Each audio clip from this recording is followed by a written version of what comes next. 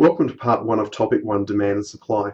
In this topic we're going to start off by looking at the demand and supply model, and I want to use this lecture to point out a couple of key features of the model that will help you use the model correctly, because it's certainly very easy to use the model incorrectly, so we need to learn how to use it the correct way. After we've had a brief review of the demand and supply model, we're going to go on to learn about the concepts of consumer surplus and producer surplus.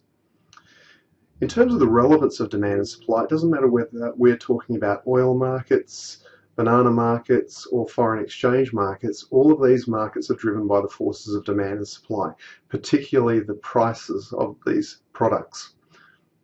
Now, in the first slide here, where I've drawn a demand and a supply curve, I've drawn them in a fairly generic way with fairly generic slopes. However, in this course, you need to start thinking about the product that you're actually trying to model. So, for example, as I've got on this slide, the demand curve for an addictive product is likely to be steep.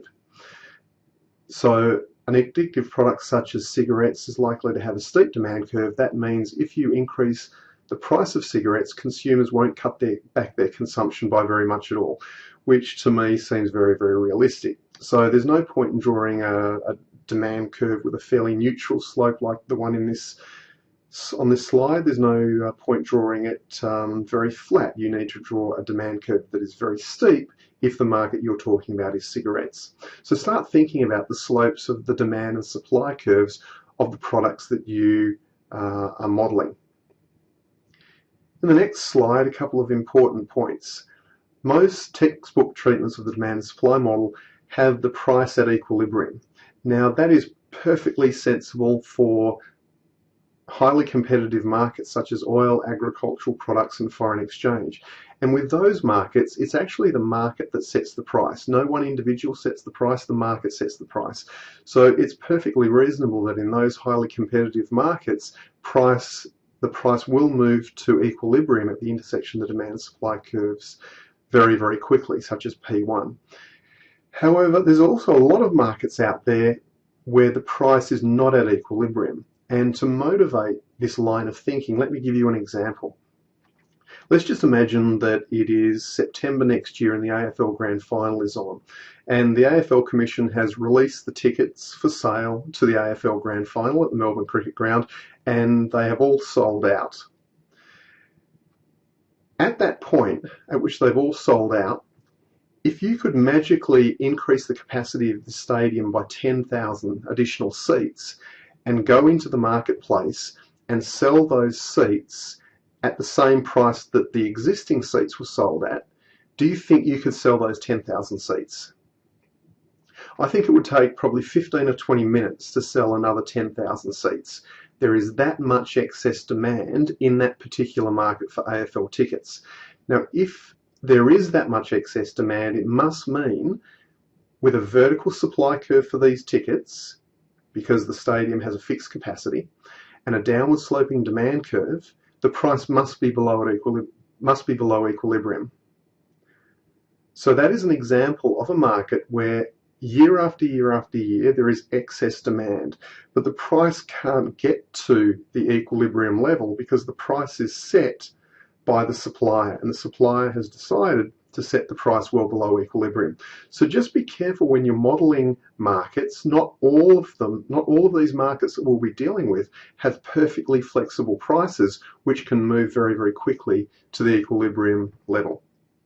The final point that I wanted to make on this slide was that on the vertical axis, this is not just the price of the particular good that we're dealing with, it is the relative price of that good. So when we move up and down that vertical axis, the price axis, what we're doing is we're changing the product of this good, changing the price of this good, keeping all other prices of all other goods and services the same. So any price increase in this diagram is a relative price increase. So an increase in the price of this product relative to all other prices in the economy. In the next slide, I've got an increase in demand. So by now you would have figured out that an increase in demand increases the price of the product, it increases the quantity as well. But the question I've got here is what determines the extent of the price rise. Well, just graphically, you should be able to appreciate if the supply curve is very, very flat, then for a given increase in demand, the price increase won't be large at all. For a steep supply curve, the price will increase substantially for a given increase in demand. So the answer to the question, what determines the extent of the price rise for a given increase in demand, is the slope of the supply curve. Now, in the next topic, we're actually going to start thinking about what determines the slope of the supply curve when we get to the topic titled production costs. But just for now, the supply curve that we deal with in microeconomics, the upward slope reflects the fact that as you try to produce more, marginal production costs rise. Now, when I tell that to people, sometimes they get confused between the short and long run. A lot of people think as you produce more, you can benefit from economies of scale and production costs will actually fall. That is true, but that type of increase in output occurs in the long run when you can increase your capital and your labour. You can increase the scale of your operations. Here in this diagram, we have a factory with, say, 10 machines in that factory, a fixed amount of capital. Demand increases, and we try to respond to that increase in demand using the same capital that we have. The only way we can do that is use the capital more intensively, push the capital harder, and also employ additional workers. Now, given that constraint, that scenario constraint, it's reasonable to then expect that production costs in that short period of time, that short response time to this increase in demand, will actually rise.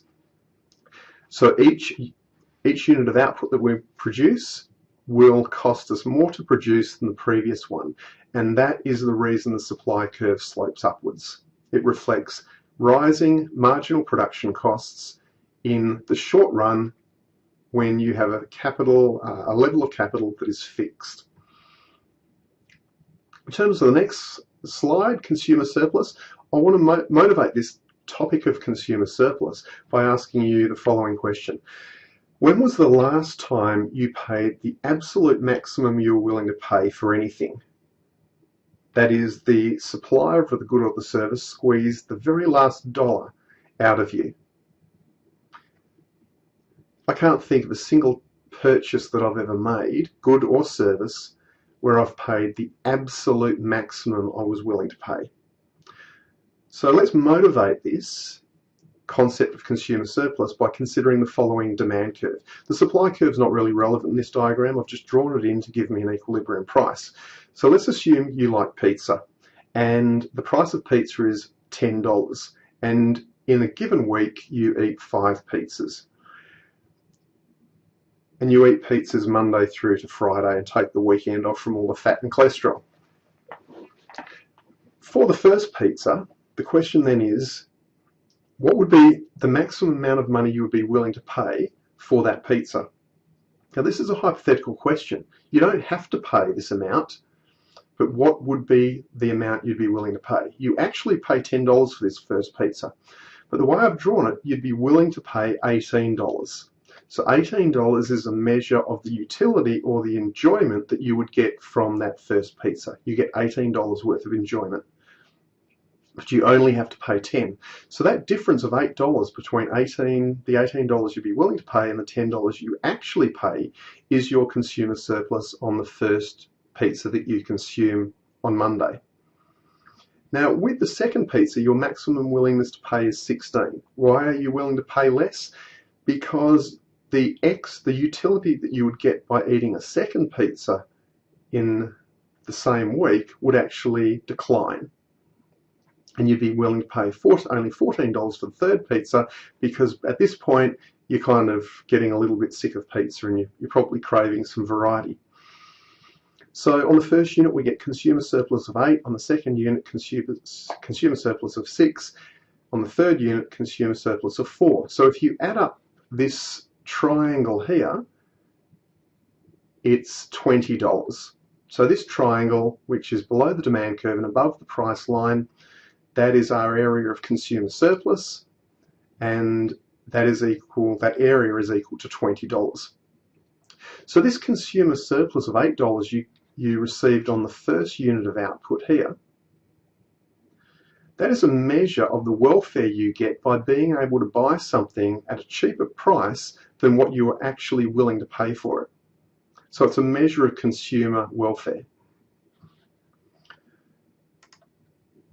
The next slide, producer surplus. So rather than consuming pizzas now, you're producing them. I go into your pizza shop and I ask you the following question. For the first pizza, what is the minimum amount of money that I would have to pay you for you to produce that first pizza for me? And your answer is $6. Once again, this is hypothetical. I'm actually going to pay you the $10 price, but we're just going through a bit of a mind exercise here, a mental exercise. So if you're willing to pay me $6, that must reflect to some extent your costs, the costs of producing. But what costs are we talking about? Well, in economics, we assume that that $6 represents your variable production costs, the cost of the pizza base, the ingredients on the top of the pizza and the cheese, as well as electricity and labour and all of those other variable costs. So theoretically, if you could recuperate all of those variable production costs associated with producing that first pizza, and they were equal to $6, and I was willing to give you the $6, then you'd sort of break even. As you produce the second pizza and the third, your production costs slowly begin to rise. Probably not this rapidly, but you get the idea. So $6 represents the minimum amount you'd be willing to receive from me. That reflects your variable production costs, but I actually pay you the market price of $10 for your pizza. So for the first unit of pizza, you earn producer surplus equal to $4. For the third unit, producer surplus is $3, and we continue on like that. So producer surplus is this area below the $10 price line and above the supply curve. So in this diagram, I've got producer surplus equal to $10. So these two concepts of consumer and producer surplus will be very important later on in this topic when we start intervening in markets. So sometimes governments will do things like put a tax on a market, provide a subsidy to a market, or maybe put a quota on a market.